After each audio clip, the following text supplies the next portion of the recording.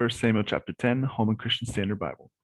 Samuel took the flask of oil, poured it out on Saul's head, kissed him, and said, "Hasn't the Lord anointed you ruler over his inheritance? Today, when you leave me, you'll find two men at Rachel's grave at Zelzah, in the land of Benjamin. They will say to you, 'The donkeys you were looking for have been found, and now your father has stopped being concerned about the donkeys and is worried about you, asking, What should I do about my son?' You will proceed from there until you come to the oak of Tabor. 3 men going up to God at Bethel will meet you there, one bringing 3 goats, one bringing 3 loaves of bread, and one bringing a skin of wine. They will ask you how you are and give you 2 loaves of bread from which you will accept them. After that, you will come to this hill of God where there are Philistine garrisons. When you arrive at the city, you will meet a group of prophets coming down from the high place prophesying. They will be preceded by harps, tambourines, flutes, and lyres. The Spirit of the Lord will control you, and you will prophesy with them, and you will be transformed into a different person. When these signs have happened to you, do whatever your circumstances require, because God is with you. Afterward, go ahead of me to Gilgal. I will come to you to offer burnt offerings and to sacrifice fellowship offerings. Wait 7 days until I come to you and show you what to do." When Saul turned around to leave Samuel, God changed his heart, and all the signs came about that day. When Saul and his attendant arrived at Gibeah, a group of prophets met them. The Spirit of God took control of him, and he prophesied along with them. Everyone who knew him previously saw him prophesy with the prophets and asked each other, "What has happened to the son of Kish? Is Saul also among the prophets?" The man who is from there asked, "And who is their father?"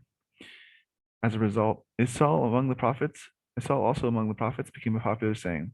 Then Saul finished prophesying and went to the high place. Saul's uncle asked him and his attendants, "Where did you go?" "To look for the donkeys," Saul answered.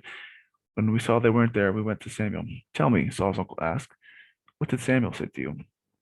Saul told him, "He assured us the donkeys had been found." However, Saul did not tell him what Samuel had said to him about the matter of kingship. Saul summoned the people to the Lord at Mizpah and said to the Israelites, "This is what the Lord, the God of Israel, says. I brought Israel out of Egypt, and I rescued you from the power of the Egyptians and all the kingdoms that were oppressing you.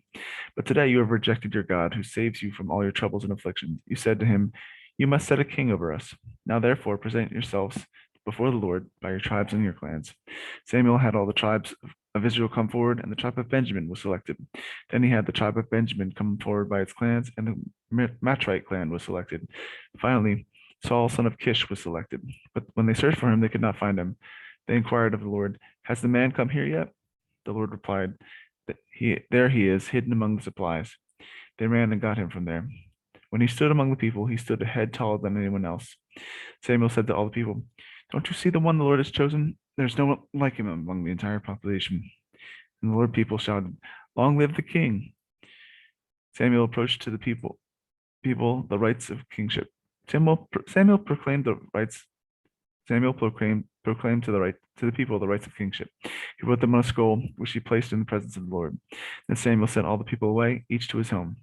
Saul also went to his home in Gibeah, and brave men whose hearts God had touched went with him. But some wicked men said, "How can this guy save us?" They despised him and did not bring him a gift, and Saul said nothing.